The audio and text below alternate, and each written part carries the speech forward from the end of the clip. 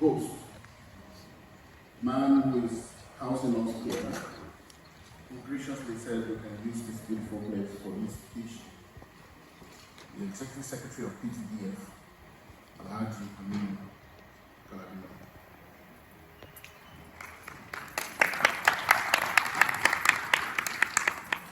The representative of the GCO of NNPC, who in his own capacity is the Executive Vice President, Business Services of NNPC Limited, Alhaji Imo.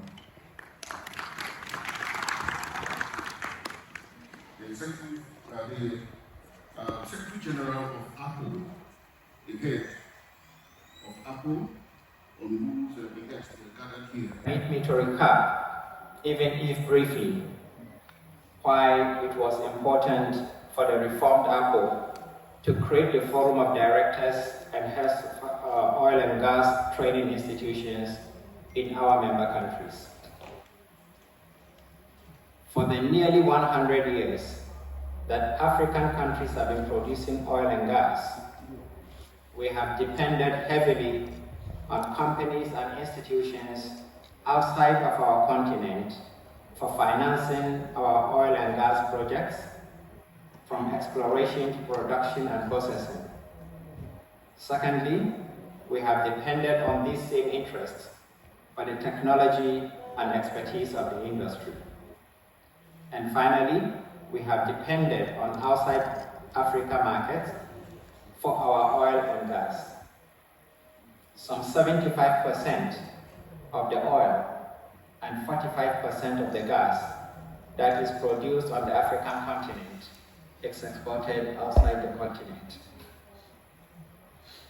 This model of dependency, while not the best for Africa, worked in the sense that it kept the dollars flowing to our governments. And with those dollars, our governments were able to meet some of the obligations of the state. But things have changed. The adoption of the Paris Climate Agreement in 2015 has thrown up serious challenges to the way we have always done things. Those on whom we have been depending for decades for oil and gas financing, technology, expertise, training, and markets have resolved to move away from oil and gas to renewable energies. Not only are they moving away from oil and gas, but they are literally forcing the whole world to join them in abandoning oil and gas. A number of institutions that we used to send our oil and gas operators for high-level training in Europe and the US are closing down their faculties of oil and gas. A good example is the Imperial College London, which suspended their MSc Petroleum Geoscience program in 2021 and MSc program in Petroleum Engineering program in 2022. A few other universities in Europe and the US have followed suit. The implication of this unfolding development is that even if we insist on producing our oil and gas in order to alleviate the rampant energy poverty on our continent, the very institutions that we have depended on for many decades for high-level training of experts outside Africa will not be there to offer the training anymore.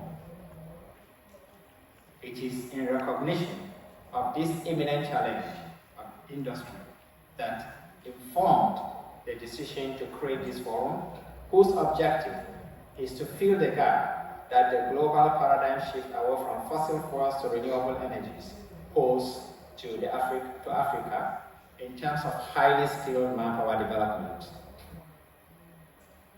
This forum is a product of the recommendations of the study on the future of the oil and gas industry in Africa in the light of the energy transition and the Apple Long-Term Strategy Committee. As you may all know, establishing a world-class oil and gas training institution is a very costly project.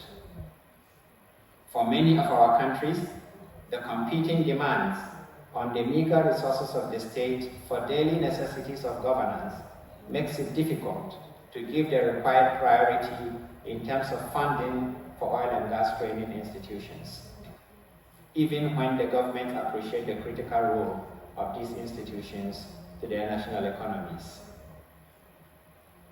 Permit me to digress a bit and speak about the concrete actions that we are taking to address the three identified imminent challenges to the industry in Africa, namely oil and gas project funding, technology and expertise, as well as markets.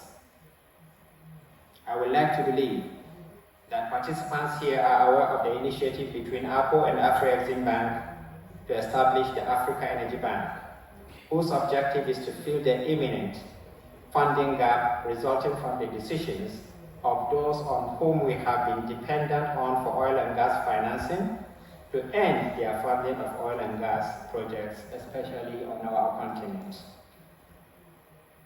I'm pleased to inform this meeting that we have reached advanced stage in the formation of the Africa Energy Bank.